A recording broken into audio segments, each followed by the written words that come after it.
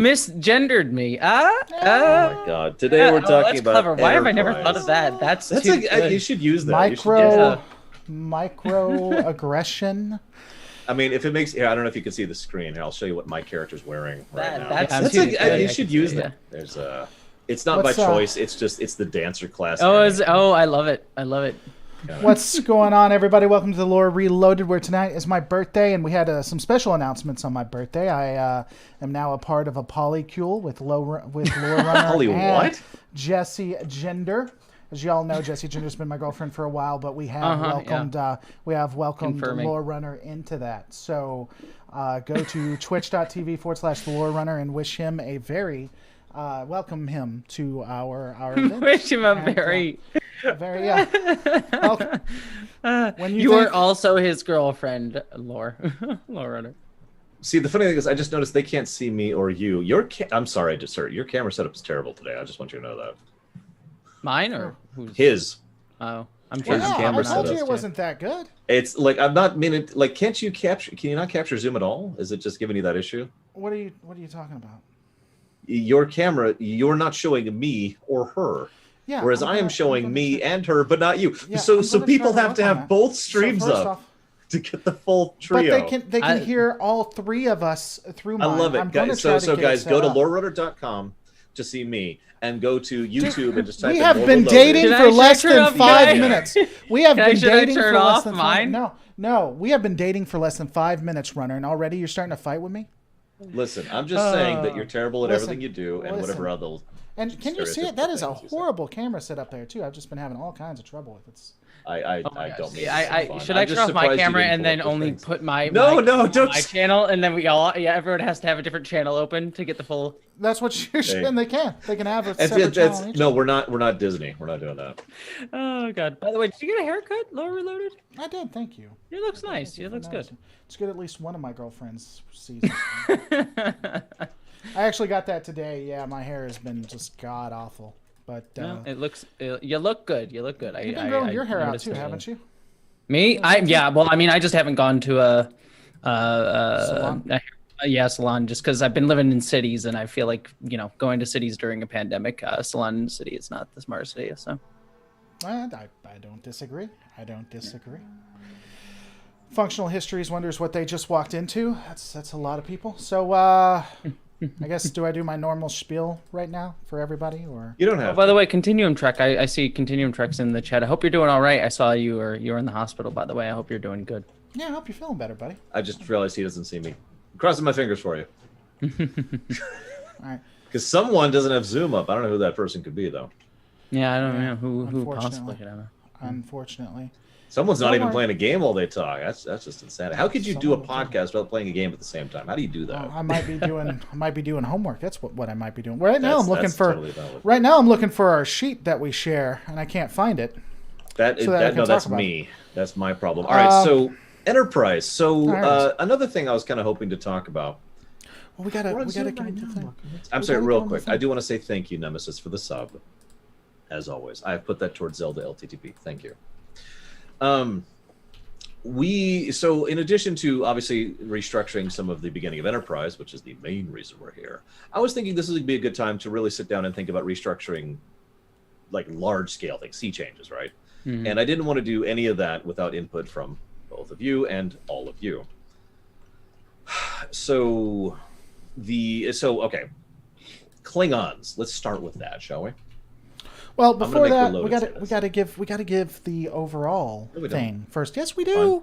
Look, this is the MCU now. This could be the first one. This could be the first one they've ever been to. If they didn't see the post-credit scene, that's on them. This could be the first one they've ever been to. Okay, we're rewriting Trek. There you go. There's the summary. Rewriting Trek. There you go. Discovery. It does actually explain Discovery storytelling right here, babies.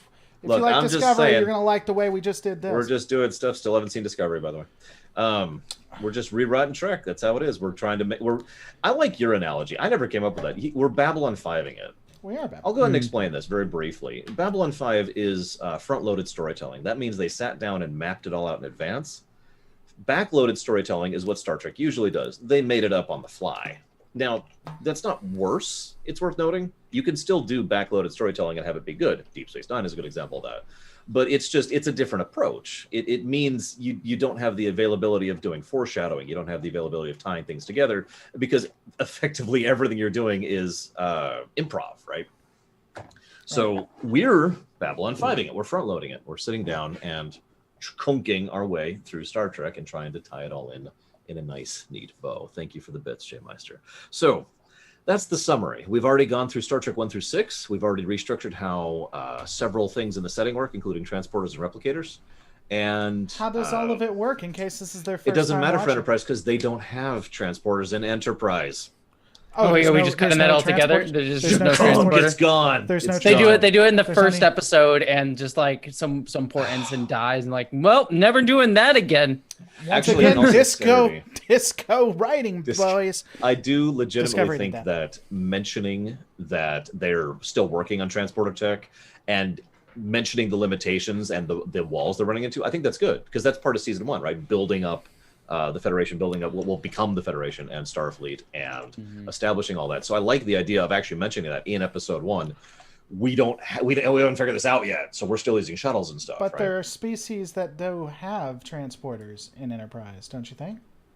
In Enterprise? Well, I mean, there could be other more advanced species that do, but not Starfleet, right? Like the Vulcans? I don't like that idea. I would rather not do that, personally. I like the idea that the Vulcans are certainly advanced, but one thing is, okay, Jesse, I'd love your opinion on this. One thing I never liked is the Vulcans in Enterprise season 1 and 2 specifically are always portrayed as in the decades range ahead of Earth, to a point where it's actually a little bit silly that they have any of the issues they do. And that's my main issue with it. It's like they have super tech for the time. You know, they effectively have TOS tech in Enterprise, but it never matters. Like it never has any significance, you know. I mean, I like them being. I mean, obviously they have to be more advanced just for the setting. But yeah, I get what you're saying, because it also makes no sense that like they just stagnated for essentially 100 years. By the way, and also, sorry, go ahead. Just gonna say, shout out to Pad. Thank you so much. What about transporters without range to reach a planet from orbit? So transporters, but without that range. That's actually not a bad idea for the Vulcan setup, because maybe the Vulcans have like. Short range, yeah, short range. The wormhole generator, like they just haven't figured out the equation to stretch it out yet.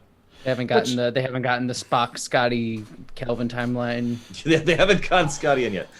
Yes, I can read your stuff, Cormac. I don't know if Jesse's reading that chat. I'm reading both chats. I have both up, but I haven't been looking back and forth here. So. Someone's back on Twitter. No, but no, that's. You're basically. I am honestly not on Twitter. I literally just have both of your streams up. So don't give me that crap. No, I believe you. No.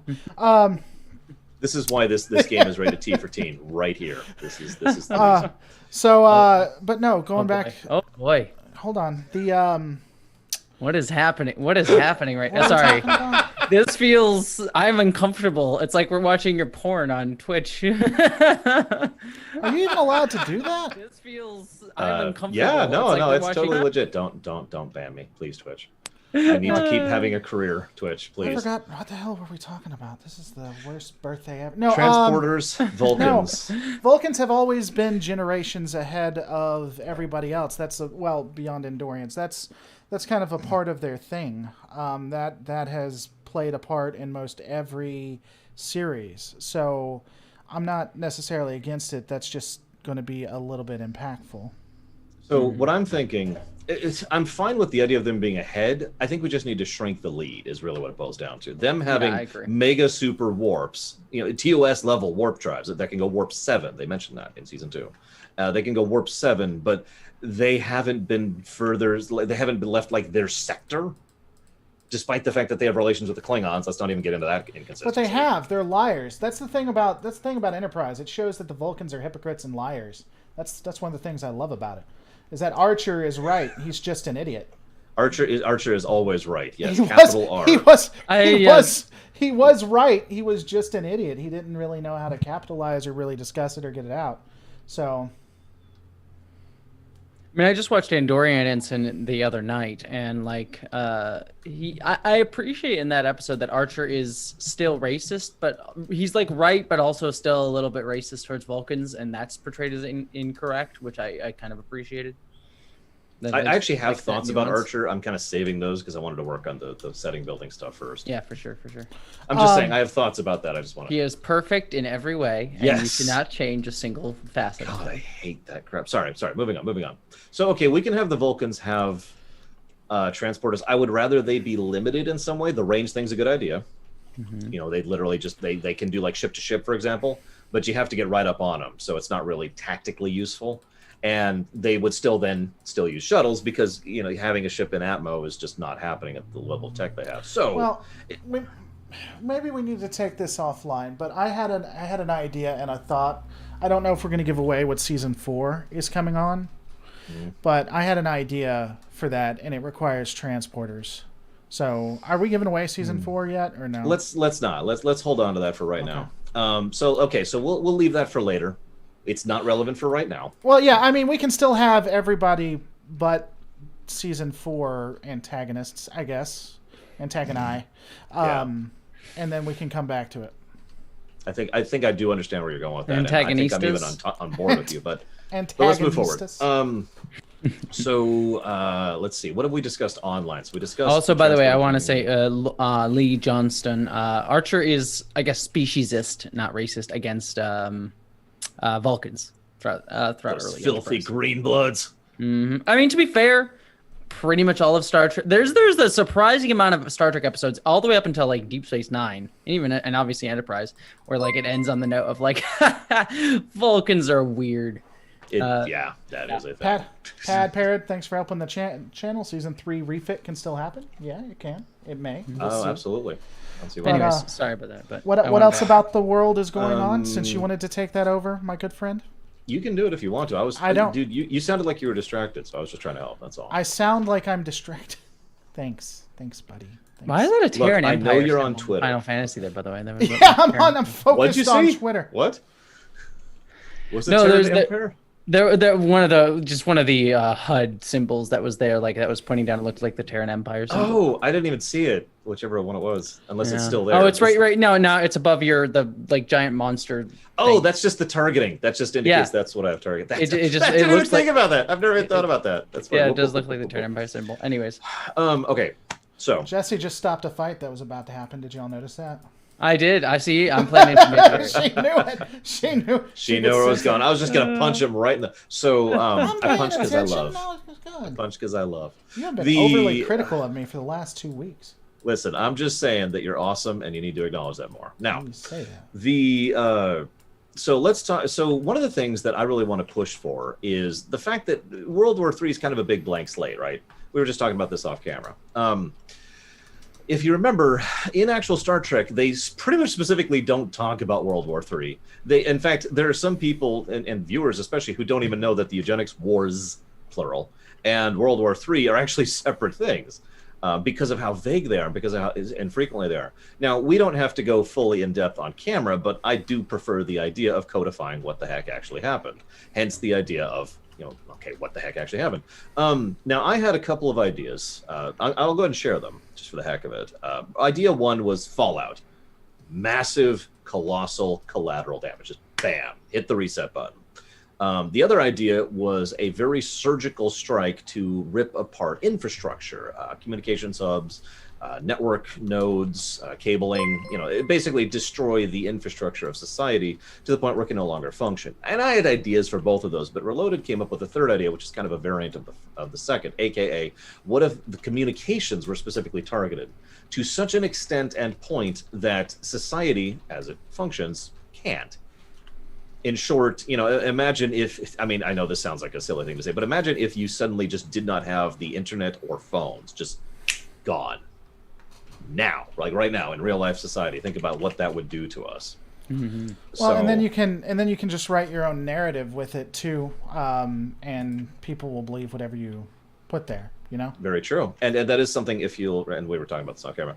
In actual TOS, they even make reference to how there's so few records from World War III that they're not even sure what the heck was going on at that time. So this would tie. And it kind of makes sense too when you look at First Contact as well, because they're like very isolated in that little whatever James Cromwell, Zephyr Cochrane compound that they're dealing with there.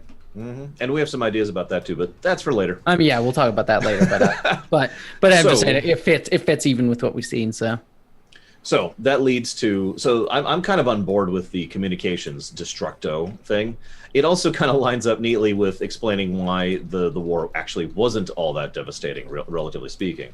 Oh, I mean, don't mistake me. The society was damaged, but not the species, if you understand the inference. Yeah, I'm sure there would be a decent amount of deaths because of loss of communication. But, but that would be more like an immediate thing as opposed to, like, there would be like this one big like week where everyone fucking dies because communication. Sorry, I shouldn't swear on your stream.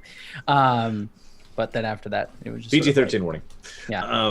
No, I agree completely. I mean, hospitals alone, transportation, like plane. Imagine a plane trying to land, but it's not getting any telemetry. Yeah. I mean, landing planes manually is a thing they can do, but you know, would not go well. But that makes sense. Yeah. Sorry, I was just. So and it could actually, now that I think about it, it could also play into like some interesting dynamics with the Vulcans because you could do that, and then obviously what we're planning on doing with stuff from Cochrane later we can talk about. But Vulcans come in and kind of probably help reset up that communications infrastructure, and so there's like this push and pull of like, oh, they helped us out of this dark time, but then people kind of still have a chip on their shoulder about it. Well, yeah, especially since the Vulcans would control all the information. And I know that I'm not anti-Vulcan. I want to be clear about that because I know that there are people who are, and there are people who are anti-Vulcan. I just want to make it clear. I'm not on either side of that argument, okay? However, I do like the idea that the Vulcans of this particular era would be of the mentality to be like, I don't like this, Warcraft thing. Maybe we should remove mention of that. It's unnecessary. Right? Mm-hmm. They don't need to know that Star Wars existed in order to function as a society. Let's make room for something more practical. And the idea that there's literally parts of human culture, specifically culture, arts, creative works, that have been lost because the Vulcans have been pruning it, not out of malice, but out of a misguided, if you will, desire to help. Be like, okay, well, hang on. Let's use it on the stuff that's right. And we could leave that open-ended so the viewer can decide for themselves, were the Vulcans correct in doing that or not? Because we could imply or state outright that the reason that the communications hub, the infrastructure of Earth is so well developed as such as it is because the Vulcans have been pruning as they go, right? Yeah, I mean, that could also play into if we do stuff like Terra Prime stuff in Enterprise later on, because you could even like say like, oh, that's because it is in a way like a bit of a genocide might be too strong a word, but it is a bit of a cultural genocide or whatever, cultural pruning or whatever. So it would add more shades of gray to the Terra Prime's arguments in that episode. Agreed. What do you think, Reloaded? You've been quiet. Yeah, I don't disagree with it. I think it's like it like the sun. I need to know. I love it like I love the sun. Perfect. It's like looking into the face of God and Him telling me that I am His greatest creation. So these are all just kind of things we will probably imply in future episodes, but possibly discuss some at the beginning here at the launch point. I want to talk about. So forgive me. Can I take the floor for just a minute? Well, first, Pap says that he thinks San Francisco should be leveled and make that why Starfleet is positioned there. Oh, because it was the place where they could build because there was nothing else there. Because there's nothing there. Anyway, he just paid for that. I'm not sure if I like that idea, but he wanted to throw that out there. Anyway, take the floor. Go. I don't hate it, but I don't hate that idea, but I would probably refine it a little bit. Instead of it being leveled, I would have it be a major military base, probably for one of the eugenics, one of the warlords, and it was one of the places that had something, I don't know what, maybe architecture, maybe positioning, maybe just literal terrain that lent itself towards communication interaction, and thus they built it on there as kind of a no, really, we've rebuilt ourselves from the nightmare of the eugenics war. Screw you, kind of thing. I don't know. Thinking out loud. Moving on. So taking the floor. It's my floor now. I want to. I don't want to say I want to completely rewrite Archer. In fact, honestly, all I want to do is codify season 2 and season 4. Excuse me, season 3 and season 4 Archer. So I had some ideas, and a lot of my people like this idea. So I hope you guys do too. Super nervous. I hate it. It's awful. I knew it. Worst thing I ever. like the idea. Okay. Archer's dad was personally connected to Cochrane and well connected with the upper echelons of whatever we're calling EarthGov, right? I want Archer to be politically connected. I want him to be someone who is being given position because of party lines. Because what I want is I want him to be the buddy, and that's why he's been catapulted up the ranks. And I want him to be given the command of Enterprise in particular because of the fact that he is anti-Vulcan.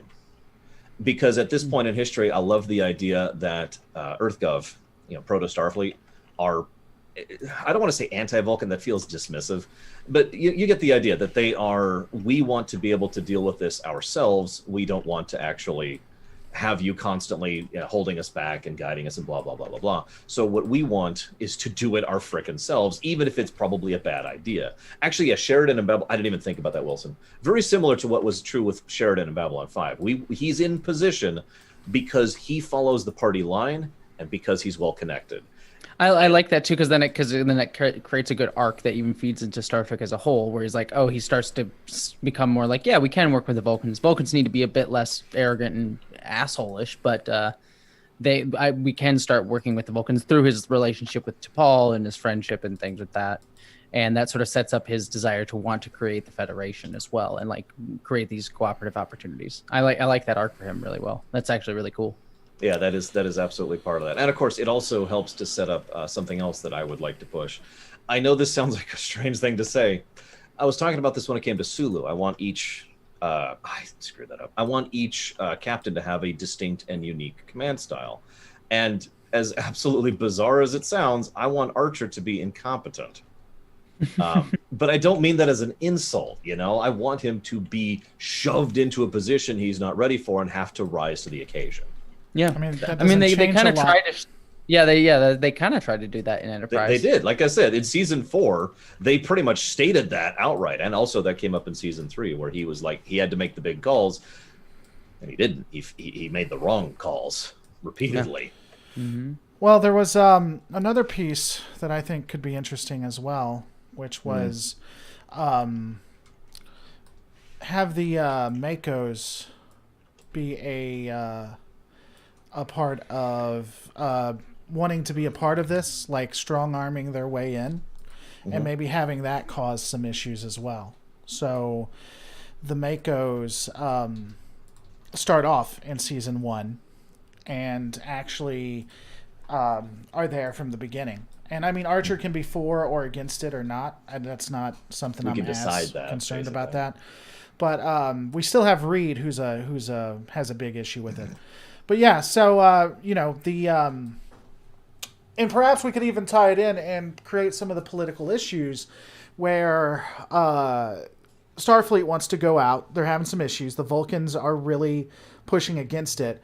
The Makos, the brass, see a real good opportunity to stop being overshown by Starfleet, which has been really doing all the calls because of politically they've been the ones that had access. They see a way of getting their foot in the door, and so they come to Starfleet and say, hey, we'll back you on this, but you got to let us be a part of what's going on. You got to let us be on the ship, and we need a seat at the table with the Vulcans. No, I'm on board with all that. Mm-hmm. The other thing I wanted to push, really, since it appears several people on board, that's relieving. The other idea I want to push is the Sengoku Jedi. Now, this is very fresh in my head. Hold on. Yeah, what's on up?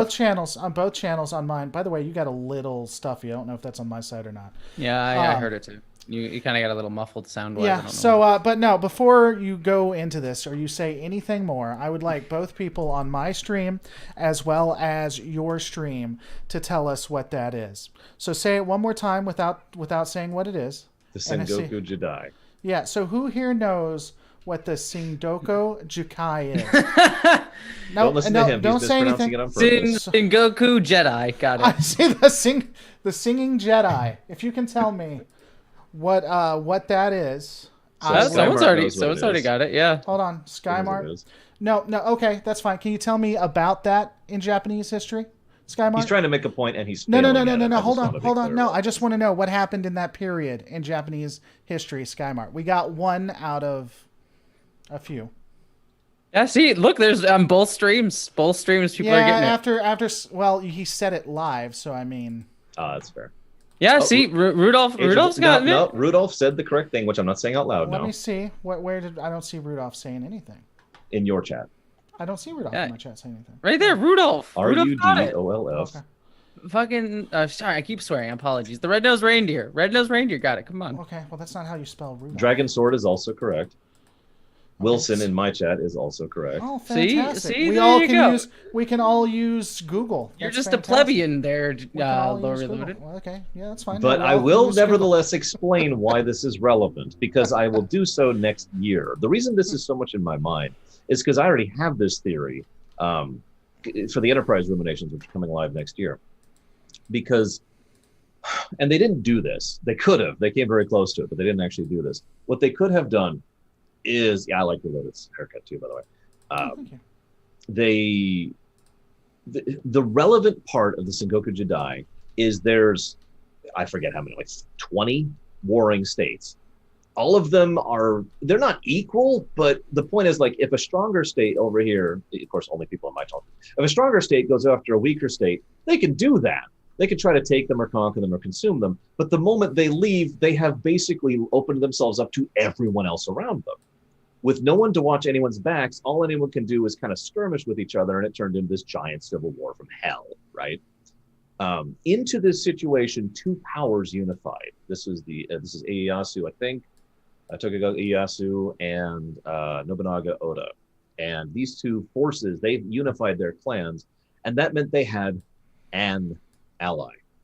And that sounds so pathetic, but it was such a big deal.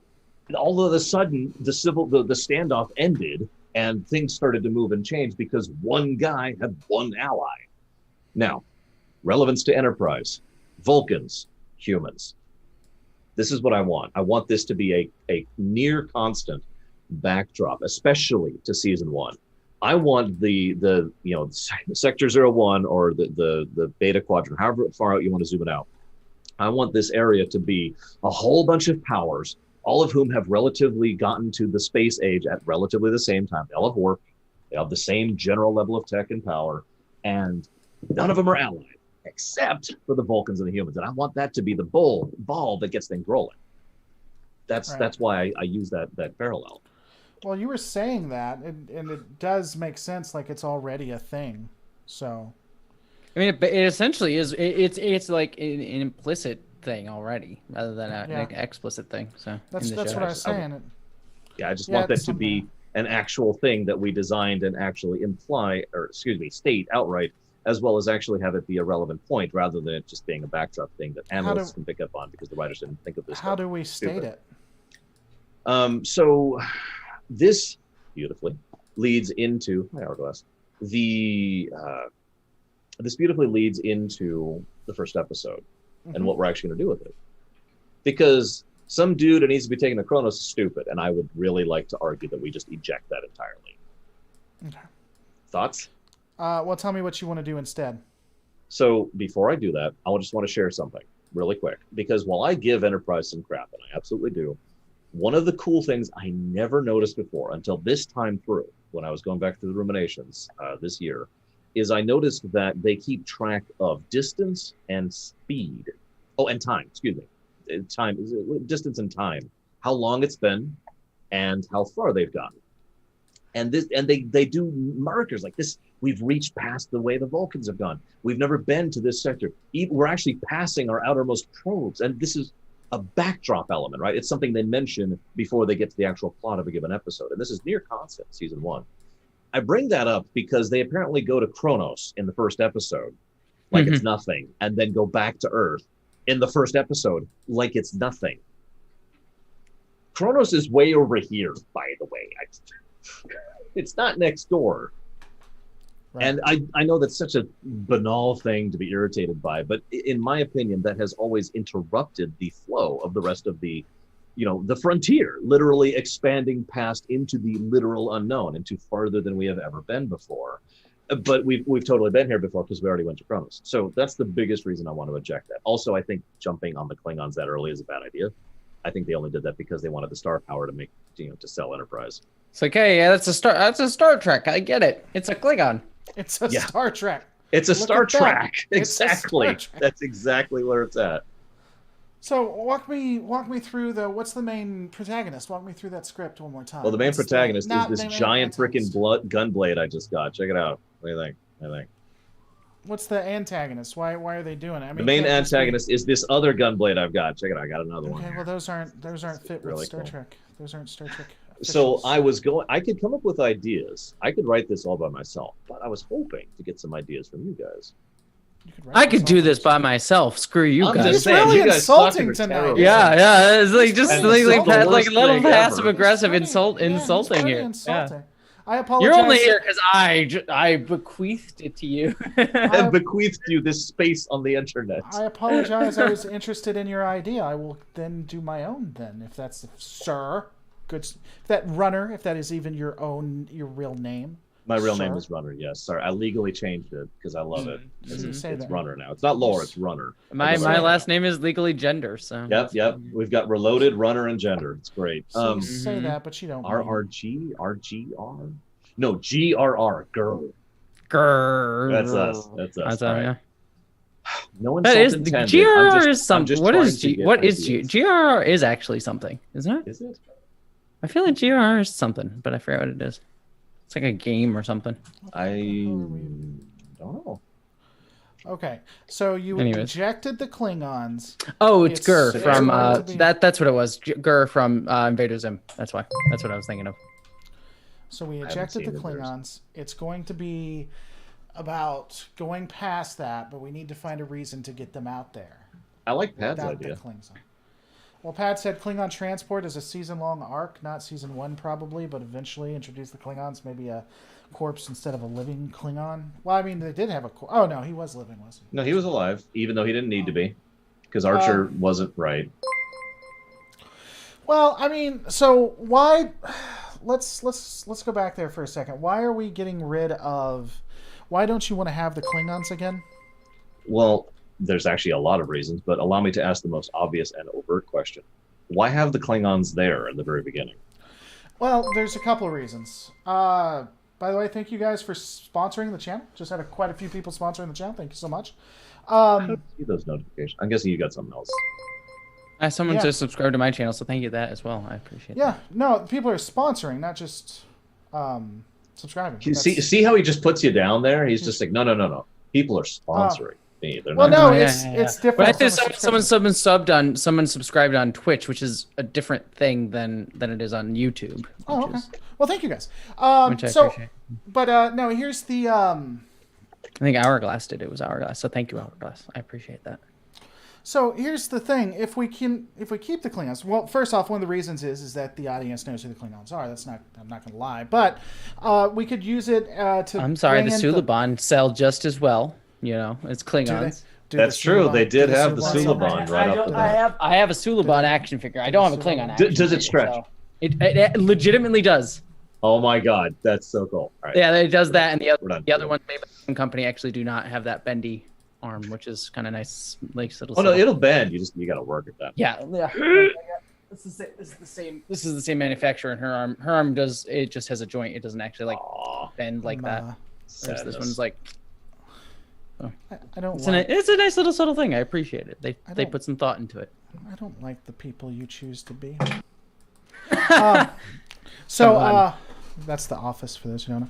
So no, but what I'm saying is we could tie it into the politics where maybe the Klingons run across a civilian ship and they attack it, and so or they do something stupid with it. Something aggressive because they're Klingons. That could tie into the Makos wanting to be a part of it. The Makos, because the Klingons are like, no, we'll handle it. We know who the Klingons are, yada, yada, yada. And the Starfleet's like, no, enough is enough. You've been holding us back too much.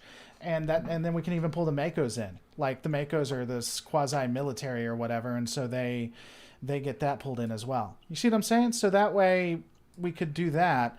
And so they go to investigate or to find this ship, and then we get into the exploration piece. It's like they use that as a justification, but really they kind of just want to get out there and explore. And that could even create tensions between the Starfleet crew and the Mako crew, because the Mako are out there to be military people, whereas Starfleet really just wanted an excuse to explore, you know? Mm-hmm. Not that they didn't care. I don't know. What do you guys think? Well, I hate it, but let me think about it for a second. I mean, I'm fine with it. I mean, I'm just generally out on Klingons in general. I mean, I honestly like the Suliban. Legitimately, I think we could focus more on the Suliban too, but... We can. I just like, again, the Klingons have pulling power, and the Suliban, we can... I mean, it can be the Suliban, if that's what we wanted to do. And then the Vulcans could just be like, let us investigate it, and the humans are just like, get wrecked, we'll do it. I think Lore fell asleep. No. I was writing the episode in my head. Give me a second. So that sounds so egotistical. Whatever. I don't care. Yeah, man, you are on point. I don't know. Did someone piss you off today? Did you wake up on this has been an incredibly irritable week. It shows, my friend.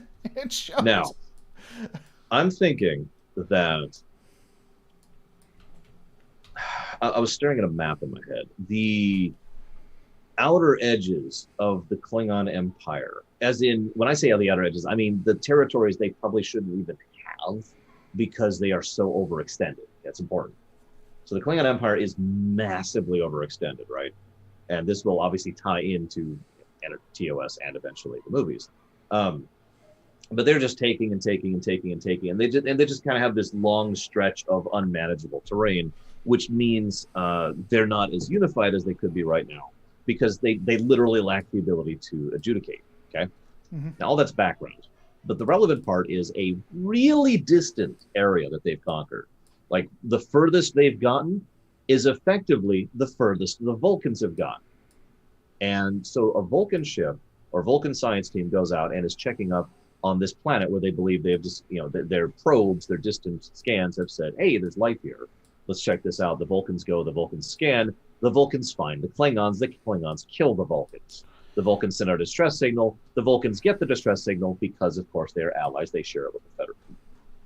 So EarthGov. Someone had an interesting idea, not to interrupt you, but I just wanted to throw it out there too.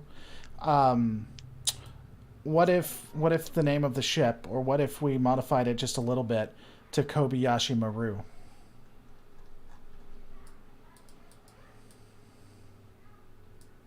If you hate it, that's fine. It's just an idea. No, it would just take some restructuring, which is what I'm thinking about. Because I don't think a Vulcan ship would be named the Kobayashi Maru. Nevertheless, if we could argue that, that would be awesome. I mean, Kobayashi Maru seems like a Vulcan name to me. Maybe I'm wrong. I mean, isn't it a Japanese name, or am I? I thought that was a real name. I'll look it up. Hey, if you want to look up what you want to look up the Bajoran currency and see what that's related to. I mean, what is it? It's a fictional show created by humans, so yeah, of course it's gonna be. What's it called? What's the Bajoran currency? That came off a little bit more sarcastic than I mean. It's an actual currency. I know. I didn't mean it as I got you. Like people, we're humans writing fiction. We're going to be drawing. When we create names for things, we're drawing from something. We're not going to be able to just go and that's the alien crap. I mean, some people do that, but it's not usually good. I'm just trying to figure out where it came from. It might have just been made up. If it's just a straight up made up name, then yeah, let's just make it Vulcan. I mean, it sounds. I was running under the presumption that it was named after someone in real life, but I'm not finding that right now. Neither am I. It's a historical incident. See, Kobayashi Maru incident. So it's named after an actual incident. It's the Kobayashi Maru incident involved the Japanese steamship Kogatama Maru, on which a group of people from the British India attempted to immigrate to Canada in April 1914. Most were denied entry and forced to return to Calcutta. The Indian police attempted to arrest the group leaders. A riot ensued. So it's named after a riot, essentially, which is interesting. Here's my thing. The Bajoran currency is the Lita. Lita is actually the name of the currency today of Lithuania. So my My counter to that, unless we're just throwing that out, which I could understand if you wanted to. My counter to that is if you want to go that route, we'll just talk about Romulans. Let's talk about the Praetor. This is so weird. I'm just sorry. I'm just now I'm down this hole because it's a weird human rights riot in Canada. I'm like, why the hell did they name? I have no idea. But no, I'm sold. I like it. So let's go ahead. Is the Praetor like okay? So well, first, definitely we'll get to that. But now you got me interested. What's the Praetor named after that I did not know? The word Praetor. What's it for? Their planets are called Romulus and Remus. I could keep going. Oh, okay. I mean they're Romans. The Why Romulans are Romans. Dude, I am gonna hug the hell out of you. You need like a serious hug, my good friend. So. No, I need punching right now. Let's do it. I don't have my boxing gloves. They're in my closet. So, yes, I have boxing gloves. I like it. So let's make it the Vulcan ship is the Kobayashi Maru. Okay. Mm-hmm. I love that idea. I do. I was hesitating on the name, but I do love the idea. So the first Vulcan ship reaches out to them. They find it's first contact with the Klingons. Oh, okay. Sorry. Anyways, never mind. It's first contact with the Klingons. The Klingons are they smash them. They absolutely destroy them because Kobayashi Maru. So they get the signal out, and we figure this out, and this leads to the Vulcans sharing this information with Earth. We're allies, of course. We share this info, and military allies. By the way, it's important. By the way, can I just to clear the record? There was the Kobayashi Maru incident. I just had to know this, and I apologize for interrupting this, but I have to share this information. It wasn't named after that human rights incident. It was named after Jack Soward, who was one of the scriptwriters for Star Trek II, his next-door neighbors. Aha! Which is way different than a weird human, like an obscure human rights incident in Canada. That is definitely different. So, anyways, that is studying Star Trek history in a nutshell. Just all right. So, they share it with EarthGov, and EarthGov is like, all right, listen. They do exactly what you were saying, basically, other lore. They say, all right, yeah, we'll do this. We'll take care of this. We got this. We got your back. That's the excuse. That's the reasoning. We got your back. We'll take care of this. We'll help you out with this Klingon incident and this random thing. But really, this is just them using this as an excuse. I shouldn't say really. Let me walk that back.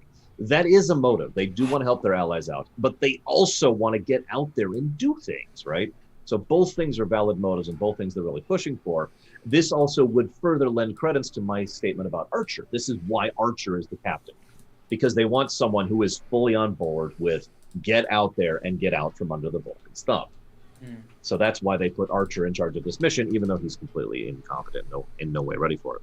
Now, that leads to the episode proper, where they're like, okay, we're going to go out there. And instead of bringing a body to them, this is effectively going to be first contact, right? We're going to go out there with guns and not shields, because they don't have shields. We're going to go out there with armor plating, and hull plating is going to be offline. And we're going to try and deal with this. And polarized hulls. We're going to polarize our hulls, which actually isn't a terrible idea. It's just it's written bad. And that work like shields? You basically fix they literally are exactly written to be shield. I can prove that now, by the way. I've looked that up. That's not how hulls work. That's not how polarization works. Once it's broken, and so it's broken. And so that's it. That's the end. That's the episode. That's them going out to. Now, obviously, we need to write the conclusion. What happens when they get to this Klingon outpost?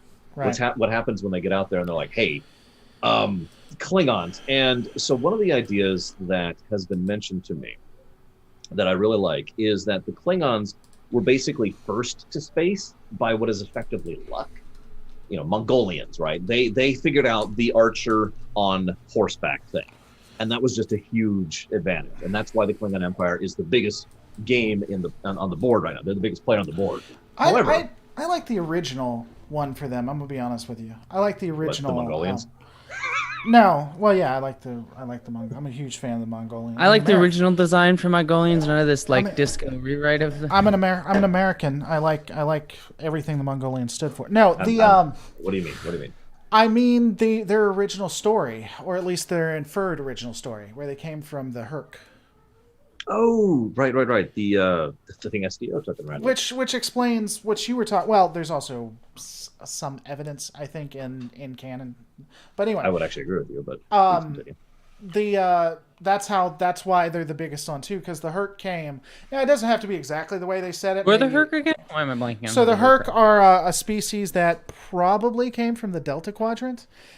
Depending on how you want to look at some of the dialogue, they either took over the Klingons and tried to rule over them, and basically the Klingons overthrew them. Or it's possible that they landed and were peaceful, and the Klingons Terran Empired them. Yeah, the Klingons were Klingons about it. Yeah, it depends on how you want to look at dialogue. The Klingons say that they overthrew them, but these are Klingons we're talking about. So anyway, that's irrelevant to the point. What I'm saying is that they got all of their technology from the Herc, which explains why they're not really good with it. Like they're able to build it and stuff, but it's really they're having to reverse engineer it. They were given it too soon. And another thing we could explain, which would also explain them too, is that they use that technology to take over and enslave other species, and they could have taken over other species that also had warp drive, and so had them start working on their ships for them. So that even though they didn't know what was going on, they took over species that did know how to use it. Okay. You know, that's not a bad story. We should write something like that. Like a species. Listen, that sounds like a terrible idea. No, I like it. A species gains technology, uses that technology to take over another species who actually knows what the technology is, and then uses them to make more. I like that. I'll jot that down somewhere because I'm in favor of that. But to return to your core point, of something that I forgot what we were talking about. Hang on. We were talking about the Klingons and how they expanded. We were talking about Oh, right. Sorry, that's right. I was in the middle of saying something. The idea was very similar. You know, whether the Herc gave them the initial jump, or whether they just got there first. So it's either luck or external influence, or in reverse of that order. The Klingons got to space first. That's the relevant point. But they didn't keep going. Like they didn't keep innovating. In the tech tree. You know, everyone else just leapt past the Klingons, right? And this, of course, leads beautifully into the movies where they are behind, and at this point, that's causing the problem. They are the Klingon Empire by the movies has fallen behind, and that's just thus, you know, all the events of the movies that we've already discussed. So, having mentioned all this then could be relevant for Enterprise in specific, because this would mean that even this distant outpost, which isn't properly funded, and I would emphasize all this in the episode, it's a distant outpost. It doesn't have, it's not the main military. It's not even their main ships. It's outdated old junk. And the Enterprise NX-1, which is the brand new Vulcan and human combined designed ship, barely manages to push back like whatever scout force they have there, right? Mm-hmm. Thus, we now show that the Earth, the humans prove we can help. We can be of assistance to you. Let us operate more. This will lead into the other season 1 episodes. Yeah. The humans get a little bit of a taste of just how mean things can get out there, which will lead to a lot of things, including codifying why the Makos belong on the ship, by the way. That would be a part of that as well. And it would also give the Klingons awareness distantly, because again, they're overextended, but word and rumor would come back down the chain that, hey, we found someone that pushed back. And you know how Klingons are. So now the Klingons have an interest in going up here eventually. Mm-hmm. That makes, I actually like that. Steal the line from Star Trek Beyond, sometimes the frontier pushes back, or whatever the hell that. Exactly. But yeah, no, that makes a lot of sense, and I think it sets up, and it kind of sets up into what we're doing in the movies too with the Klingons as well. Mm-hmm. So what do you think, Mr. Reloaded? I like it like I like the sun. Do you have an actual opinion, or do you like the sun? I can't say it's just good because then you take it. No, back. You can just say I like. No, you don't say it's good. You say I don't hate it, which is just like the weirdest way to say something. I stare at the sun every morning, Jesse. I love it. You and a certain political leader love doing that. Anyways, me and a political who?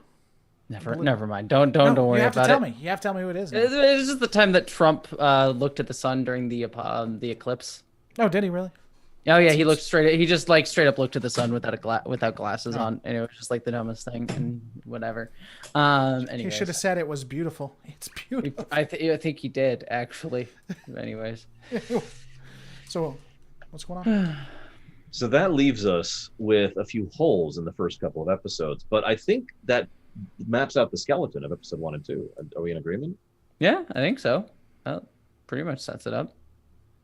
So it's okay. So Archer is put in charge because he's a stoolie. We should make sure. I just want to make sure. Cause I think you implied this too, but we're just making sure like that's going to put him on the oust towards the end of the series when he kind of goes against his political buddies. Bingo. Which will be an interesting sort of setup for him becoming again Federation Sheridan. president. I wish I'd thought of that, but yeah, Sheridan. Yeah, it's a great little parallel. So yes, absolutely. We need to decide. So let's talk about the crew. I think is the next major thing to talk about. Obviously, we need T'Pol. Can I just personally? I know I'm a prude. Can we put her in that robe she had in the actual? If you remember, that's the first scene time she shows up. Yeah, she's in this really cool looking robe that looks really good on her. Can we just leave her in that? Probably not. I'm fine with that. No. Can we just do that? No. Hang on. You don't like sexy T'Pol? Come on, look at that. No, okay. To be 100% blunt, I'm fine with sexy. I don't think skin tight suits are sexy. No, I think that if you're gonna have sexy in an outfit, it needs to. They actually like put the fucking crotch lines on this. What those ropes? I love what they did in Enterprise. No, those robes won't work in combat, man. You got too much cloth there. How much combat was fucking T'Pol doing? Combat, you're hysterical. How much combat was T'Pol doing? Name me an episode where T'Pol was like kicking butt. Sure, Xindi War. All of the Xindi Wars, she was a part of it. Yeah, well, she can like wear something different but like when she's on the bridge, she can wear the robes. No, she can wear a uniform. How's that for a thought? It doesn't make any sense for her to wear those on the bridge. Why would she? She would need a uniform. I'm okay with her not wearing anything if we want to go that route. But I mean, no, they did that worse. too. That's worse. They did that too. That's better. Not on the bridge. You want to get T'Pol's butt crack? That was the first butt crack in all of Star Trek we had. Yeah. Like, okay, again, I'm fine with sexy in Trek. Really, I am. That was just what? Just got to do the splits. Look at T'Pol doing this. I liked how they massaged each other. I was gonna say, if you remember, it was in the first or second episode. They have a whole extended scene, and the camera's like up here, just right on both of them. By the way, on both, it's like going up and down his abs, and then across her midsection, then up her, clearly not wearing a bra, just to show that off, and it's super zoomed in. And the best part is the whole time they're arguing because they can't stand each other. What are you doing? I don't know, but it's and I'm just sitting here staring at this scene like, what are you? This is what? I'm not seeing a problem here, guys. What is wrong with this scene? Anyways, so okay, T'Pol on the ship, absolutely. If nothing else, a Vulcan representative flat out needs to be on this show. Mm-hmm. Military ally. In fact, I would actually argue we probably should have more Vulcans on the ship than just T'Pol, in my opinion. I think they'd fight back against that. I think they would too, and I think that should be like a thing. I mean, it could be an. I mean, I could see that being a small arc or an episode where there's like, I like starting it off with just T'Pol, so we get some time to just focus on her relationship with Archer, and then like something happens, they screw up and like Vulcan's like, all right, no, we're putting more people on here.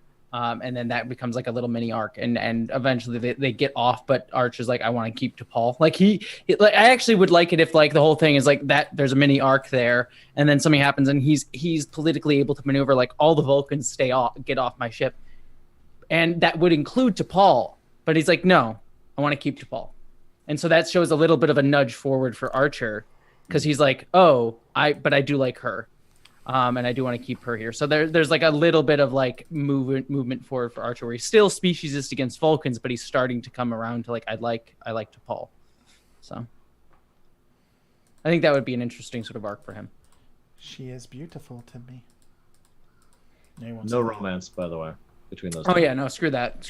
Yeah, I don't hate Trip and T'Pol, but I hated how they were trying to push. Trip and T'Pol worked really well for me. Yeah, I'll give them that. I wish they hadn't like bungled it right at the finish line there, but I do really like them. But Archer and T'Pol, yeah, that was dumb. Trip and I actually really like Trip and T'Pol, but yet they got so close, and then like the final two episodes they just bungle it. But it's an interesting idea. Someone in your chat, Pat, again, just said in your chat, what if they start with, there might be a sound here. No, it's muted. What if they start with multiple Vulcans? They insist, and the Earth just can't push back hard enough, But in that initial battle that I was referencing, the one that'll be the climax, they die. You know, the Vulcans and probably several Starfleet crews die in the conflict, and that leads to, you know, a reassessment of, do we really want more Vulcans to die with these incompetents? You know, that kind of an attitude. I'm not against that. I just wonder if that's like logically how that would play out. Because if you put a bunch of Vulcans on the ship and then they all get freaking killed because of whatever Archer is ineptitude over the mission, then that's like something where I'm sure that could cause a political incident. And it's like the Vulcans are like, no, you're not doing anything. Like, you just killed a whole bunch of our people. You are not ready to be all. I mean, you could do that, but I feel like that would just put a whole huge, like, it would logically put a wedge there. Yeah. Well, but maybe that's not bad because there is a wedge there anyway. So, you know, an option. Hear me out here. That actually happens, and the Vulcans push back and like, you can't do that. You're not. So here we go. We start out with Archer hating Vulcans. They go out. They do the Kobayashi Maru. Almost all the Vulcans die. Let's not have all of them. Let's have 2 or 3 actually live. Let's say they had a larger thing there. The Vulcans come back and say, you know, this is crazy. You can't do it. People are getting killed. The Starfleet and Makos push back and say, we're now going to expand. You've started something you can't stop. And so you have both the High Command and Starfleet and Mako Admiralty just at each other's throats. And it's actually Archer and T'Pol that begrudgingly come together and say, why don't we explore a little bit? We'll do space that Vulcan has already been in, and T'Pol can be a representative. And T'Pol convinces the High Command, you know, putting it out there. They're going to go in already known space, known for us, not by them. And Archer can go to High Command saying, you know, the Vulcans, which may be horrible, we couldn't have won that fight without them. And so we'll have T'Pol with us. That'll smooth it over. And the Vulcans actually have worth. He actually sees that the Vulcans, let's say during the fight, the Vulcans, like, some of them give their lives so Enterprise can still, you know, so Enterprise survives. You know, kind of proves to him a little bit they're not just all horrible people. You get where I'm going with that? I do. And I like it. Yeah, it's not bad. And so that starts the arc of Archer learning that all Vulcans aren't bad. I do think that the High Command and Starfleet should be bumping heads because they always are. So this just solidifies that. It also leaves us it gives us a thematic. How do I phrase this? The good guys would know the severity of the threat because they've interacted with the Klingons, and the Klingons are the big bads of this scenario. And so they come back and they're trying to argue for this, and they're argued down, and so they have to do what they can. And meanwhile, the Klingons are in the background there, and they could be a background element, slow, because, like I said, slowly, very, very, you know, the giant lumbering beast getting its forces and getting its supply lines and getting its everything moving towards this section of space. And what could be interesting too, I'm sorry, I don't mean to interrupt you, but what could be interesting too is maybe the Vulcans are somewhat aware of it, or they think that might be where it's headed, but they don't tell the humans because they're afraid the humans will overreact because they feel like they overreacted at the Kobayashi Maru. Oh, gosh. That's interesting. Either way, you get the idea, though. Like, it provides a nice looming threat in the background for all of season 1. You know, and also that'll be for the viewers too. You know, the Klingons are coming. Yes, winter's coming, right? You know, and that is a threat that they are going to have to deal with long term. And that could then serve as what is effectively the season finale is going back to the Klingons. I like that. So we've got Archer set up. I was talking about cast, but you're right. This is good stuff. We have Archer. We have T'Pol. We've justified T'Pol being there and how we get her in. T'Pol's totally in. We started the arc with Archer learning that they're not all bad. Yep, we've got Archer's arc. T'Pol's arc, I almost don't want to use the T'Pol learns that humans are okay arc, but I'm not sure. Like, other than just grabbing her season 3 arc, I'm not sure what else to do there. Well, I wasn't saying I make her addicted to heroin again. Let's do that. Let's do that arc. I like that arc. Okay, I'm sorry. I have to rewatch. It's been a minute since I've seen season 3, so I'd have to rewatch. But that's all I remember about it is like she gets addicted to heroin. But they do some good stuff with it, in my opinion. Anyways, so arc for T'Pol. We do need to decide an arc. Just in season 1. Just in season 1. I mean, maybe she just doesn't want to be there. She thinks that she can do other stuff other than being a part of a Federation crew. and then she sees why they may be necessary. Also, as a personal preference, can we eject the human stink subplot of season 1? I liked that. I actually like the human stink bit. But I wasn't. Okay, argue me down. Hit me. What do you got? Well, what's your issue with it? And then maybe my main issue with it is it's presented in a juvenile fashion. It's presented as, ha ha, you stink, but I'm willing to put up with you because cartoon. Yeah, I mean, I get that. I actually kind of like it as like a subtle reminder that there is some differences, and you actually and like that would be, it sort of shows her alienness on the ship itself. It sort of like puts her at a distance and just shows she is always uncomfortable in this situation. It's sort of like a nice little metaphor for what it feels like to constantly be the outsider in a group of people. And so she's like constantly just uncomfortable. You know, like if you're, I don't know, a person of color, like the only person of color in a group of white people or something like that. It sort of kind of shows that in a sort of subtle way. And I like that. And it also reinforced the alienness of her at the same time. I agree with you. It is done a bit juvenilely, which is like something to be said about a lot of stuff in Enterprise. It's sometimes very juvenile. Yeah. But I think you could still use that. Yeah, and do it in a much more kind of mature fashion, because I think conceptually it's not a bad idea. So you've actually changed my mind quite a bit on this. Allow me to give an alternate idea that might accomplish the same thing. Mm-hmm. Sure. We could make it be either sound, because sensitive ears, or temperature, because Vulcan. So they're like Cardassians? Well, I mean, kinda, yeah, because this is, and this is a point that I'm actually, oh, Jesus Christ, we killed him way too much. Kill him! Oh, God, we're gonna die! Are you Gandalf right now? Oh, God, kill him! Ugh, okay, you look like freaking yes, Gandalf. Yes, I am Gandalf the White. All right, that was a little close. And yet I'm the one. Look, we almost died. Okay, we did. We got light out. Okay. What I'm thinking is words. I've lost my train of thought. That's so sad. Remember when he said I was distracted? Because I remember that. I'm just saying. Who are you?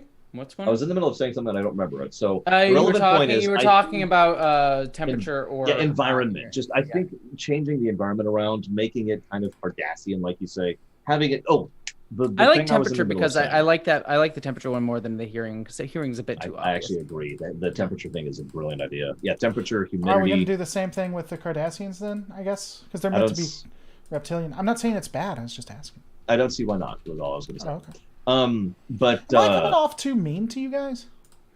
I'm probably a little bit more armored up than I usually am. Yes, but that's like an always thing. Yeah, okay, you are a little attacky today, but that's probably on. Then it's consistent. If it's I don't think it's new. You've always been kind of a jerk. Well, it's just natural. That's who I am. Anyways, that's why we love you. It's why we love you. And I've lost the thought. Right? No, this is something I want to push for. I will be top down, but I do like to push for this. I want the crew to be, and we'll talk about individuals in a minute. I want the crew to be all human plus Vulcans, and what I want is, as we go throughout Enterprise, I want that mix. I want there to be more. Like, okay, now we're going to add a Tellarite. Now we're going to add an Andorian. They don't need to start with a Denobulan, with our boy exactly. Phlox? Exactly. I was going to lead into Phlox in this one. I like the idea that it's a human cast, a human ship, because that's how the mentality is at this point, right? This isn't a Federation ship. Federation doesn't exist. This is a human vessel. Everyone's species lost. But the idea of them branching out on that is the point, right? That's the whole Federation ideal. So I like the idea that's what they were going to do with Shran and everything. And also, as much as I love Phlox, it never made sense to me that the Doctor was the alien one. Yeah, you know what I mean? It's like, why would you want to trust your health with the one species person that's not of your species? I don't know. But yeah. Eventually, we start off, we could have a Vulcan Doctor. That's not a bad idea. And have the Vulcan Doctor be one of the ones who dies. Mm-hmm. And that could lead to them. What I would do is I would have them just straight up not have a main medical doctor for a bit. But one of their next missions would be, well, there's this species the Vulcans have already interacted with. We're not on super friendly terms with them, and the humans jump on it, and that's the Denobulans. Mm-hmm. And that could lead to the episode where Phlox joins the party, joins the crew. Whatever, it's the same concept. Yeah. But it's a recruitment. It's the recruitment mission in Mass. Yeah, exactly. I want to push the idea, the Dragon Age thing. I want to push for slowly getting these people onto the ship. That's actually a great analogy. It is like recruitment missions in Mass. Someone had an idea. I don't know. I don't hate it, but we'd have to think about it. What if T'Pol was the medical doctor instead of the science? Instead of the then she can wear a jacket and a robe, because they're allowed to do that in TNG. So that's true. So then it's the best of both worlds. I still like her being first officer, but I don't mind her. I actually like her being command line. I do. Whenever she takes over command, she's awesome. I mean, because we had science and exo with our boy Spock. Why couldn't we have a medical exo? Just because my reasoning for that would be medical exo feels like it requires a lot more, and you're also not on the bridge as regularly, which would be you kind of need to be for command level decisions. But that would be my argument against that. I don't mind her being something other than what. Science officer is fine. I mean, you could argue technically the chief science officer should never be on the bridge anyway. That was more a toss thing, but no, I mean, that's fine. It was just an idea. CSO and XO makes sense for her. I like it. So as a weird thought, you've got me thinking. I was going to bring this up later, but since we're already talking about characters, main cast, I mentioned this in briefing a couple minutes ago. Every time T'Pol takes command, she's actually really awesome at it in Enterprise. Oh, yeah. Especially in the seasons I've just covered. Maybe we could push her away from being science officer and just straight up make her command, make her military, make her one of the rare Vulcans who has embraced being a part of the military rather than being Vulcan Science Academy. And this, hear me out, this gives us an insight into someone who is a Vulcan, but A, is different than any other Vulcan we've seen so far, with the possible exception of Tuvok, and B, it gives us an insight into Vulcan culture, because now we see what someone's like when they don't go with the norm. Like, we could talk about how it's normal for a Vulcan to go into sciences. It's normal for them to become an explorer. It's normal. And for someone to actually volunteer for military service, and that's T'Pol. What do you think?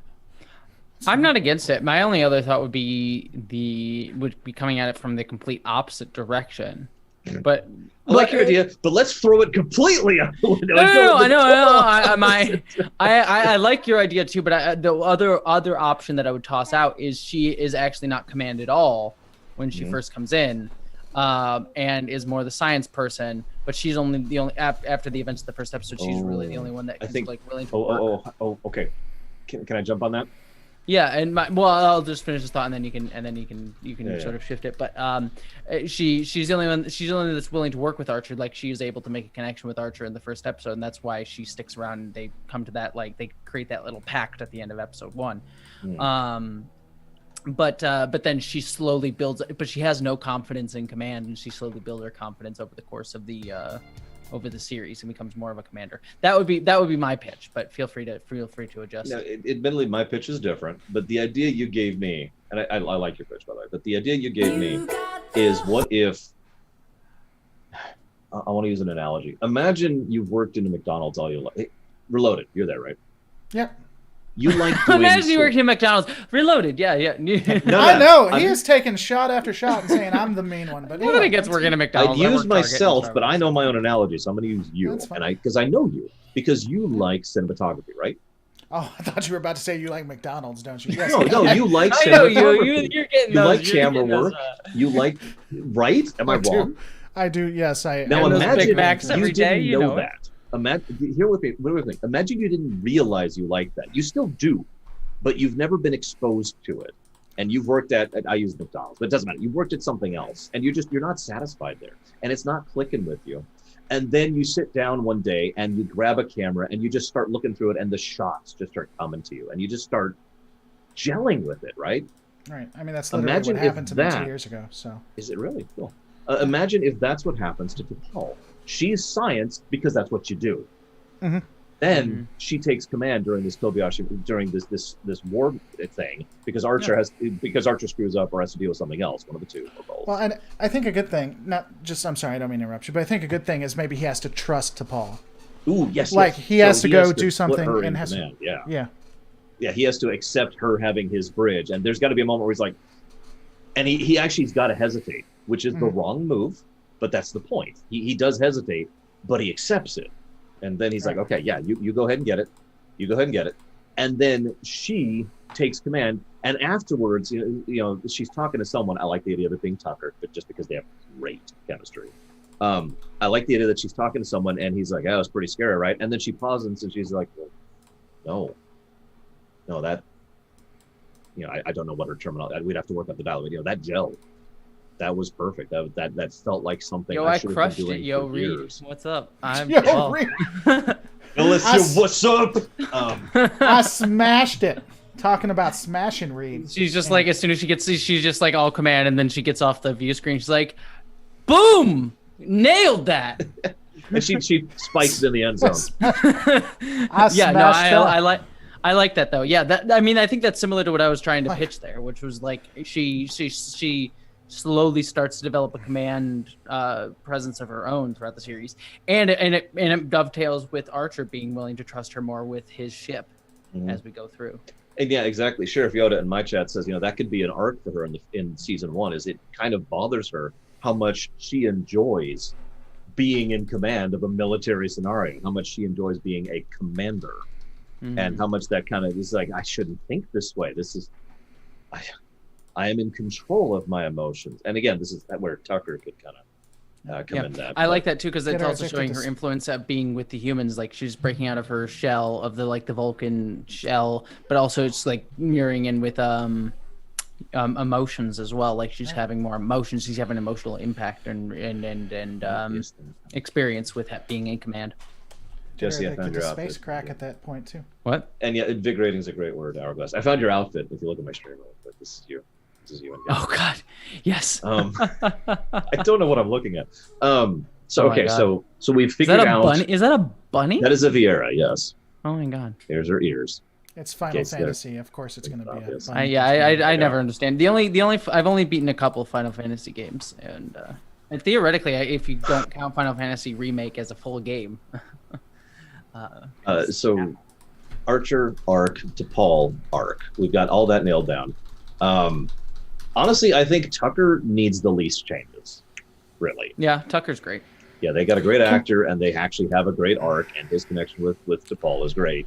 I don't feel the need to even touch on it. What do you think? Is something I do want to talk about that I think we need to do more with. Not necessarily we have to in this one, but I will say that, and you know, it's really telling when you look at it. But Travis Mayweather is the Uhura of Enterprise. Oh no, I'm getting there. I'm just going. Okay, that's fine. I'm just saying he. I never really realized it until I looked, but the Legacy TNG was not. They didn't really do a lot with their diverse cast that they had. It's really telling when you look at it. It is. Travis, I am already in season 2 at the episode past the last Hoshi episode, and I have one more Travis episode, and because that's it. Season 3 and season 4, they are irrelevant. Well, see, season 3, Hoshi gets her Beauty and the Beast episode. Like I said, I stand by my statement. She gets her Beauty and the Beast. Oh. Yeah, the creepy stalker dude who like forces her to like spend a night in his castle, and he's like super creepo. This isn't just speaking of creepy stuff and stuff like that. Is why this is completely unrelated, but the ghost candle in TNG and on Irish Land. Why do people celebrate that? It's like on Twitter they celebrate. They want that candle. I'm like, did you watch the episode? I'm sorry. You don't want a candle that causes you to orgasm and like weirdly. And has a ghost. Yeah, and has a ghost. And partially possesses you. Possess your entire Yeah, and forces you to do his will. Yeah, you're right. It depends on which side of that I'm on, but I might want it anyway. I mean, I want my orgasm possessy candle. I don't know what you're talking about. Take me, senpai. Anyway. It's just I think people celebrate it because it's weird. It's just the weirdest thing. I think that's just why. Okay, I mean it's just weird. I don't know. I mean it's whatever. You like what you like, and you can take a positive. I don't think anyone like unironically likes it. I'm sure it's all irony. Anyways, Laura's having an aneurysm, so. I mean it's Trek related. I want to finish this cast because if you were paying attention, I was smashing out the easy stuff first, the big three, because there's always a big three, and it is Tucker, Archer, and Paul. And I think we've smashed out the big three. That's the easy stuff. Now we have to decide what the heck we're doing with the characters who get nothing or next to nothing. Because while Reed does have some moments, he's pretty dry. Well, we'll Section 31 him up. I actually totally agree with that. I was going to completely suggest that. But I really wanted to figure out, see, the problem is Mayweather and Hoshi are kind of blank sheets. Like we have a blank sheet of paper. Hoshi has a little bit more, but not much. Yeah, she has a tiny thing that never comes up. I'm sorry. We talked about this with Uhura. Have her skill be relevant, right? We've actually talked about this before. Have her ability to understand and analyze languages be relevant. And I'm sorry, this bugs the crap out of me. This is really prevalent in season 2 as well. They will bring in the language expert to hold up the tricorder. Yep, which actively pisses me off. That they will bring that they made a big deal about her in the first episode, and even in this episode, they make a big deal about how she is the language person, and how she is this amazing person who knows linguistic. And they freaking have her hold up the tricorder that anyone else could do. The tricorder. Well, no. See, I don't interpret it like that, and maybe I missed it both in the rewatch today and when I did the entire Xindi arc. But for me, the way I was reading it, the tricorder, the thing she had up, wasn't actually completely translating it. It was just getting it so that she could look at it and see it in text form. That's what I've always interpreted that was. I didn't think that was just a translator. Season 2 is admittedly specifically what I'm referencing. Okay, especially when someone else just does her job for her. Oh, okay. Maybe I missed it because I've only seen. Well, I've watched all of it, but I saw the Xindi War, which she does have it and she's using it there. And then I rewatched the season 1, episode 1 and 2, and they never directly that I remember say it. So I just always assumed it was a tool that helped her, not actually a translation device. So maybe I was wrong, but that's what I always. Or we could just change it so that's what it is. Just make it to what you said and just make that concrete. Yeah, and then Hoshi, like someone else can see it, but since they're not a translation expert, they can't really use it all that well, you know. Mm-hmm. No, I do like it, and again, I want her to be more relevant, especially since, I mean, I hate to say this, but she should effectively be either on camera relevant to or off camera relevant to every single alien action video, all of them. Right. Mm-hmm. Like she should be front and center for that. She should probably be the diplomat. And don't they get like the universal translator pretty early in that show? I mean, she's kind of tinkering with it the whole time. I mean, that's what we're talking about right now. But I mean, I would just have that be like the universal translator's not even really relevant. I mean, you remember the Snot episode, right? Not off the top of my head, no. No, I don't. Well, the Snot episode is the ridiculousness of how far they go with the universal translator in Enterprise, because they translate the Snot. They successfully talk to it. They get coordinates from this. Oh, you're talking about the thing that engulfs Trip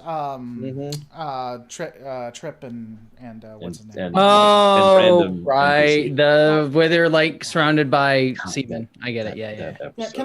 Can we go back to Reed for one quick second? I think sure. I think his 3 arcs should be, or 2 arcs. His arcs should be security of the ship, Section 31, and then fighting with the Makos in the culmination to season 4, where he finally accepts them as a part of the family, or they accept each other. Oh, okay. So, speaking as someone, anybody who knows Navy and Army rivalry will appreciate that. So I'm totally with that. Yeah. So if I was going to do arcs with him, I would do those 3, and that's how he'd be written in this. Also, I liked him during the Xindi War. Surprisingly, one of the most underrated characters in Enterprise. I liked him during the Xindi War too. He really felt he was like the heart, or the heart of loss, or the voice of loss. Because anytime they lost people, it really hit him. And they had a wonderful thing with him and T'Pol, where he's just freaking out. He's like, acceptable losses are 5%. We're now at 20, and he's just losing his stuff. And this is right after he lost one of the Makos, and it was just hitting him really, really hard. And so I think that just going with that, because that seems to be his strength. I agree completely. And I will say, just my personal opinion, I think Dominic Keating, the actor, is why. I think that's why he has such weight to him in so much of that show. Because he doesn't get as little as Travis or Hoshi, but he is written like a tier 2 or tier 3 character. It's just he nails almost every scene he's in, which elevates it. This is just my opinion. Pad says he wants to make Reed a Mako. No, I want to keep him not being a Mako. I want him to have an issue with him. Yeah, I want to keep him having an issue with the Mako. Makos don't need to be on his ship. That's a Federation ship. It's a naval ship. They can do their own vessels if they need something. And then that's where they come together. And then when we're doing Hoshi, I think, her thing should be diplomat and translator. And I want to be clear about the diplomat thing. I do specifically want her. Sorry, I was looking at the picture. Did you just assume? Anyway, yes, Hoshi is now a she. I want there to be, I want her to be actually genuinely diplomatic and charismatic, like almost Picardian, right? In her ability to get along with people. I think she should be I think we should go whole sell. She's the diplomat. It's not Archer. Mm-hmm. I mean, Archer can be a diplomat, but when it comes to this, she's the bridge between the ship and whoever they're interacting with. And when she's not, it's felt. Like Archer can be a diplomat, but he's not as good as her. And so when we have episodes where she's out of the game, it impacts them to a pretty good degree if they're interacting with other species. I like the idea that like he's kind of gruff, especially in the initial episodes, and like she cleans up. Like there's just scenes where like she's translating for him, and you can just see she's like, I'm gonna clean up a little. In fact, if I could jump on that. He could have a joke with that where he's like, you can tell these stupid idiots that we're not leaving this planet until my dog feels better. And then when she translates it, it's like, our captain is so sorry. And we see the subtitles. Yeah, we have to see the subtitles. Our captain gives his sincerest apologies for his egregious oversight. He is deeply sorry. I love it. I'm gonna let Porthos piss on whatever fucking tree I want him to piss on. I keep swearing on your stream. I'm sorry, but it's But anyway, but that'd be great. The subtitles are completely do that at least once. Not. I like the idea of that being a semi-recurring thing, at least in season 1. Yeah. Especially if I had an idea for another scene. I don't know where we could put it, but Archer is being really aggressive in his tone and his body language, and the alien just kind of rewinds a little bit, or not recoils a little bit, like what the heck, and then the subtitles pop up, and Hoshi says, yes, in our culture, this is a sign of great consolation, or not consolation, like apology. The middle finger is a great... The middle finger is a sign of apology in our race. And then the alien does the middle finger to Archer. And the Archer's like... Or no. We stop with that scene, and they come back to another crew member and do that to another, like do it to Reed or something, I think would be hilarious. And Reed's just like... And he's got enough of a brain that he just kind of walks it off, but there's just this. Okay. They're like every time they like walk by someone it's like they're walking through the halls, like going back to the ship, and just like they go, and Regis is like, that's weird. We probably shouldn't actually have flipping up, but we could just be something like I know, but the concept of it is I love it.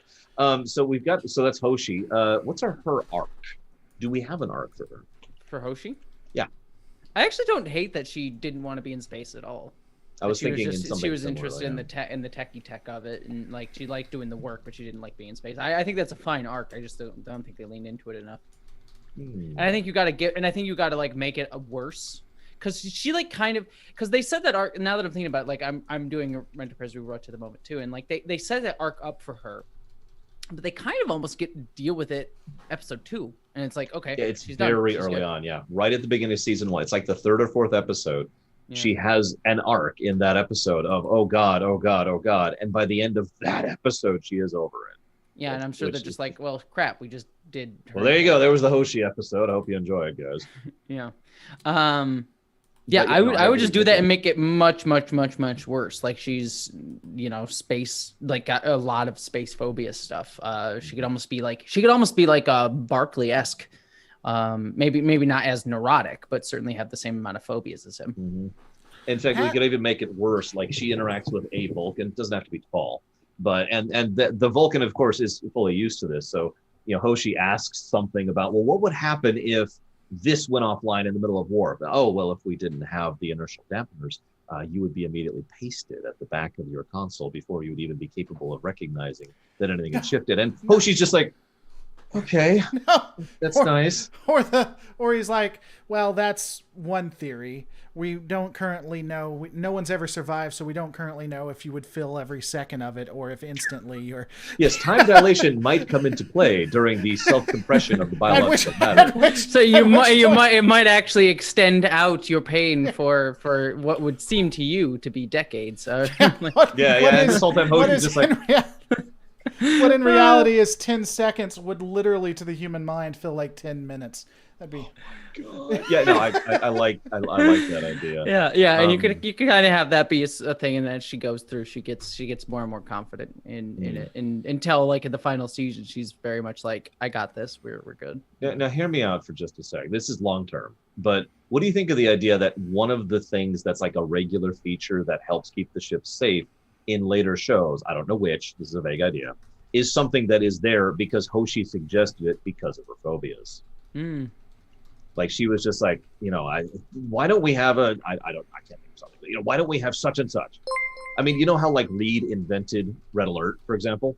Yeah. Something like that. Like, why don't we have this? There's no reason for it. And if we could even make the Red Alert thing hurt. Why don't we have a Red Alert? If there's a meteor flying at the ship, it's going to take too long to say shields up and hit the thing when you could just bunk the Red Alert button and it automatically pulls up the shields and automatically deflects the meteor. And someone's just like, it's a good idea. Good idea. Yeah, that's not a bad idea, Hoshi.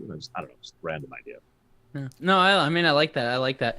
I do want to be careful with not doing that too much with too many things, because then it's just, I mean, not that the NXO one wouldn't be important, but I always, if you get to be like, oh, everything in TOS came from Enterprise, came from this one crew. It's the small world syndrome, which we are still struggling with, because I do want to connect many things, but not too many things. So we're just I mean, that just happens naturally when you're building this stuff out like this, but you just got to be careful with it.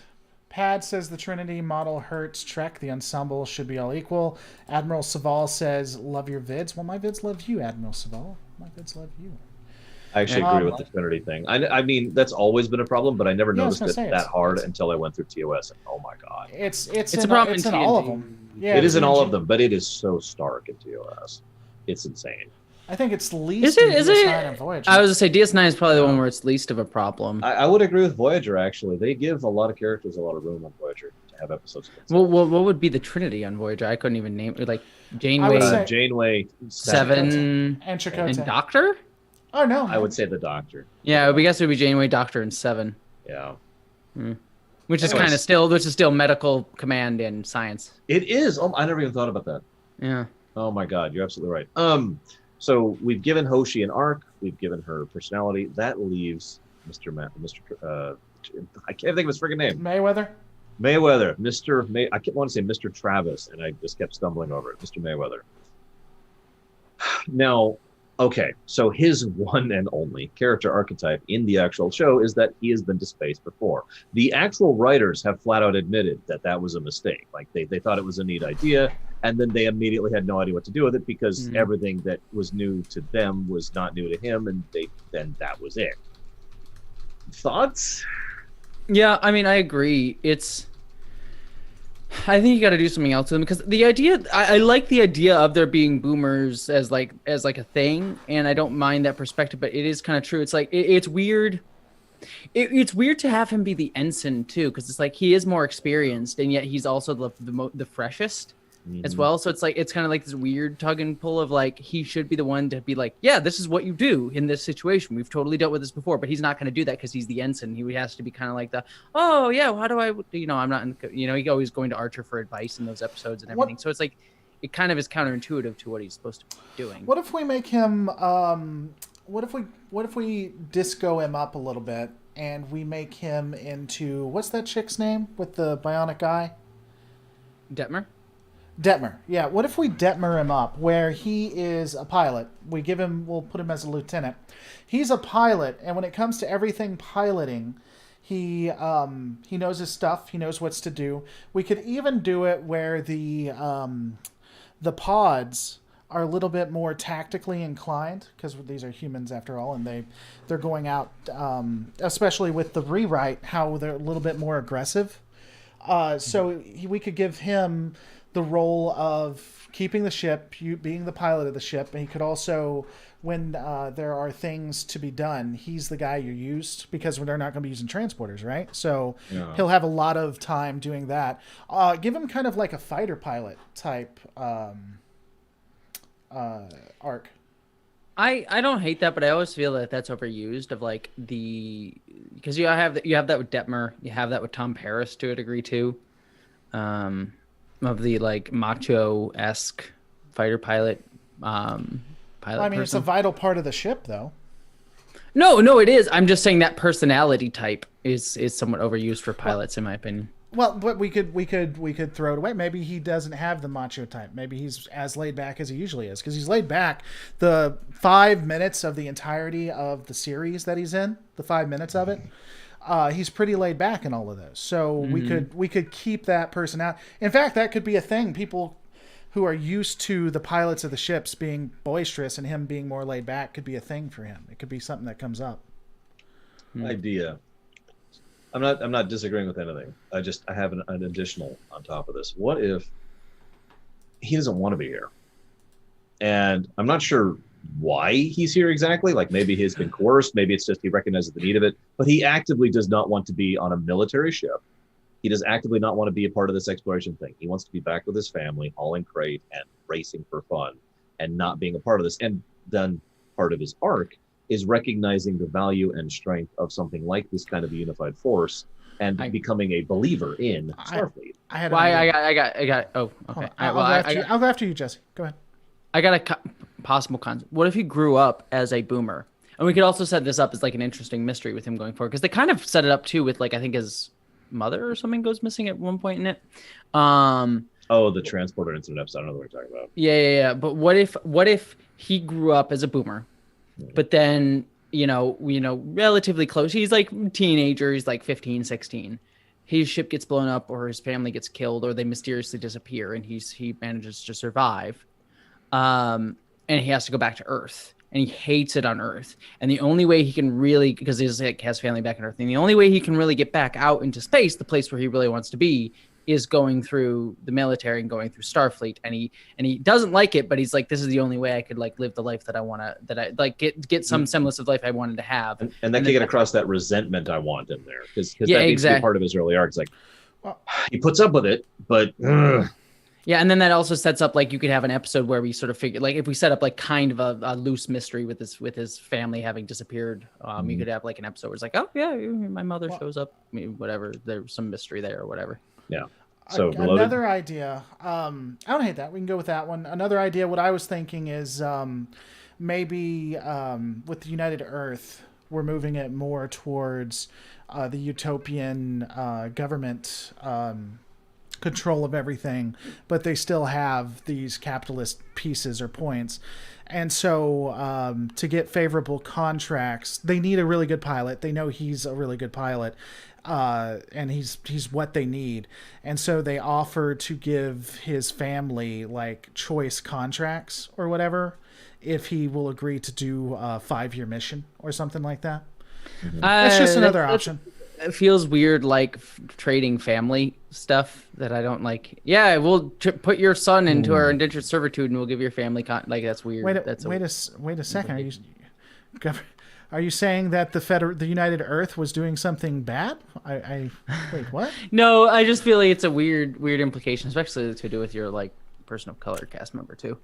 But the other thing too, the reason I also kind of like the idea of him like being resentful though of being in Starfleet is it kind of could match his sort of laid back personality. What if he like does not give a care at all about chain of command and stuff, and so he's just that's exactly what made me think about. You were talking about how laid back he is, and I'm sitting here thinking, well, let's give up a why, right? Like, why isn't he so laid back? And that was just the first thing to pop in my mind. I keep hitting that word resentment, but I think it's a good word. Let me. Do you mind if I modify your idea a bit, Mr. Reloaded? Sure. What if you can make it capitalist or not, but as much as I hate to do this, one of the things that I speak so positively about Star Trek Deep Space Nine in specific is that it did a good job with connections between characters, not just the characters themselves, but how they interact with each other. And it built connections over time. The one between Nog and Sisko is a perfect example of this, but you know what I refer to. Mm-hmm. What if we build a connection of Section 31 between Reed and Travis? What if the specific group that has ensured that this very dangerous, totally unheard of human operation, which is necessary for the future of the species, has the best pilot that there is on board, was Section 31? Right. And they're the ones who specifically do the blackmail in order to ensure. Yeah, it doesn't have to be blackmail. So I don't want to get it off wrong. So he doesn't have to. My only point was he didn't have to do it. It's just like, well, if you sign up for this mission, we'll do that. I mean, you don't have to if you don't want to, but if you want your family to, get extra, get looked at more, we don't have to do that at all. But I mean, it's an idea as well. Having Section 31 do it, or with Jesse's idea, it would work as well, I think. And to further add this, though, I want to be clear. While Reed, so the reason this is the connecting point is because obviously they both have connections to Section 31, but both of them kind of agree about Section 31 in their own ways. Like Reed is, well, okay, it's necessary, because that's always his attitude, right? Pragmatism.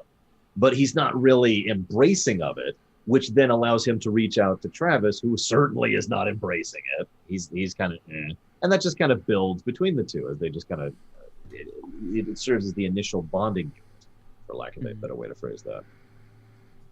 I don't hate it. Yeah. You're saying it too. Everyone's saying it. No, it's just, I don't hate. It's not the worst idea I've ever heard in the history of the universe. But, I mean, it's a good thing. Okay.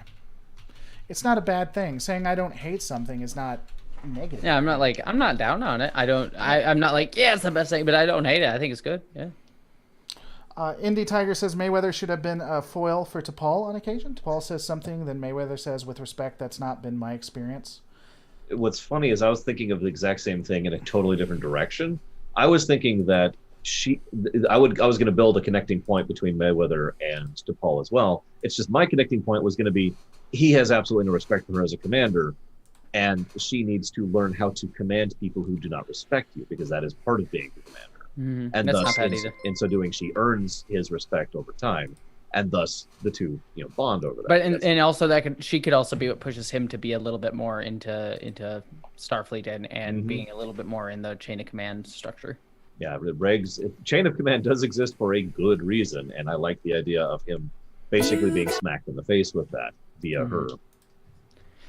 Yeah, I like that. That's like you could draw out a few episodes concepts out of that, which would be kind of nice. So Pad's idea. I also might need to head out soon because it's hitting 5, and I got. Yeah, it is getting kind of late-ish, but the characters were the last things I want to hit. That's why I've been kind of pushing to discuss. Is there anyone else that we needed to talk about though? Well, we didn't discuss Phlox yet, but I'm okay with that because I don't want him to be on the show yet. Yeah, I'm okay with it too. I mean, I don't really want to change him all that. We can give him a better arc than. I mean, he doesn't have much of an arc. He has an arc. Yeah. His arc. For those of you wondering, his arc is he's an alien. Now they do good stuff with that. Credit where credit is due. But that is Phlox's. It's not an arc. It's his characterization. He is an alien, and that is his character.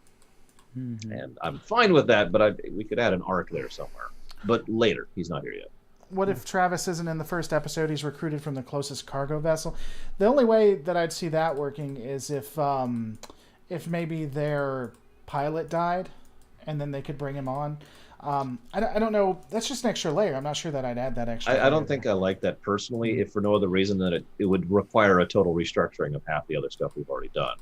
Like for example, all of the blackmail / bribery doesn't exist if it's some random guy who was the backup option. You know what I mean? Mm-hmm. And it also kind of changes the tone from we're sending out our best to deal with this unknown threat to we are desperate and doing everything we can to throw anything we have at this unknown threat. Now that's not necessarily bad. You can see how it would require a restructuring to do that. Yeah. But yeah, I might need to call it. Yeah. Yeah. No, that's cool. We can call it here. Let's do it. Okay. That has been Enterprise, ladies and gentlemen, with the amazing. I was going to make a joke and I screwed it up. Just misgender me. It's fine. It's all right. Oh my God. Yeah, go ahead and do your chop off thing before I do mine because I got to say something else. Guys, don't forget to check out Jessie Gender by typing it in the search bar. She is killing it, gaining lots of people, putting out some great videos. Also has a Christmas video coming out. Yep, Christmas video is coming out in 2 weeks, 3 weeks. You guys need to stay. I actually, if I may promote one thing, I actually spoke to. I have an interview tomorrow. It's going up tomorrow with Ian Alexander, who plays Gray in Star Trek Discovery. We chatted yesterday, and the interview's going up tomorrow. Nice. Yeah, so check that stuff out. Don't forget to check out Lore Runner by going to lorerunner.com. And thanks so much. Been a great birthday. I'll see you on the next.